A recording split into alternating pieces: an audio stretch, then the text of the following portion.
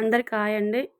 ఈరోజు నేను capsicum curry చేస్తున్నానండి. ప్రాసెస్‌కి వెళ్దాము. ముందుగా నేను బాండి పెట్టుకొని 2 స్పూన్ల పల్లీలు తీసుకున్నానండి. ఫ్రై చేస్తున్నాను. 2 స్పూన్ల పల్లీలు, 1 స్పూను నువ్వులు, 2 ఇలాచీలు, కొంచెం దాల్చిన చెక్క, కొంచెం షాజీరా వేసి ఫ్రై చేసుకోవాలండి. అవి మిక్సీ పట్టుకోవాలి. ఫ్రై అయినాక బాగా కొంచెం గోల్డ్‌గా రావాలి.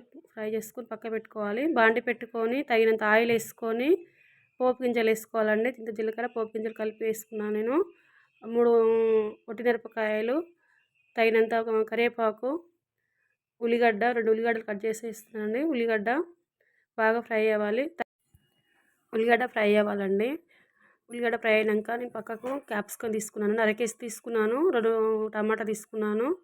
తగినంత పసుపు వేసుకోవాలి. పసుపుతో కొంచెం వేగనివ్వాలండి. ఉల్లిగడ్డ మంచిగా ఫ్రై అవ్వాలి పసుపుతో. తర్వాత నెక్స్ట్ మళ్ళీ అల్లం వెల్లిగడ్డ స్పూన్ వేసుకోవాలి. పచ్చివాసన పోయేదాకా అల్లం వెల్లిగడ్డ ఫ్రై చేసుకోవాలండి. పచ్చివాసన రాకుండా ఉంటుంది మంచిగా ఫ్రై అయితే. తర్వాత నేను క్యాప్సికమ్ వేసుకుంటున్నాను. క్యాప్సికమ్ వేసి ఫ్రై చేసుకోవాలండి. మంచిగా ఫ్రై అవ్వాలి. కలుపుకొని మంచిగా మూత వేసుకొని ఒక 5 నిమిషాల దాకా మగ్గనివ్వాలండి. మా వీడియో నచ్చినట్లయితే లైక్ చేయండి, షేర్ చేయండి.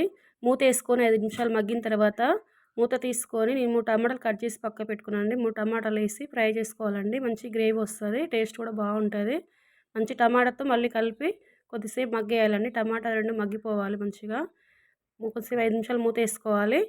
మూత వేసుకొని కొద్దిసేపు అయినాక మూత తీసి కలుపుకొని తగినంత కారం వేసుకోవాలండి. మంచిగా టేస్ట్ దగ్గర కారం వేసుకోవాలి. కారం 1 స్పూన్ కారము, తగినంత ఉప్పు వేసి కలుపుకోవాలండి.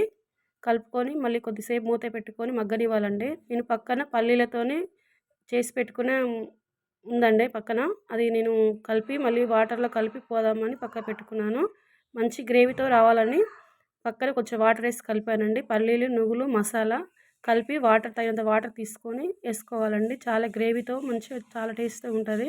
తగినంత ధనియాల పొడి, తగినంత మసాలా, తగినంత ఉప్పు వేసుకొని కలుపుకోవాలండి. చాలా టేస్టీగా ఉంటుంది కూర. ఎంతో టేస్టీగా ఉన్న కర్రీ రెడీ అండి. ఎంతో టేస్టీగా ఉన్న గ్రేవీతో మంచిగా ఉన్న కర్రీ రెడీ అండి. క్యాప్సికమ్ కర్రీ రెడీ అండి. ఇది చపాతీకి అయినా బాగుంటుంది, రైస్కి అయితే చాలా బాగుంటుందండి. వేడి వేడి అన్నంలో చాలా బాగుంటుంది. మీరు కూడా ఇట్లా ట్రై చేయండి. అది మా వీడియో నచ్చినట్లయితే షేర్ చేయండి, లైక్ చేయండి.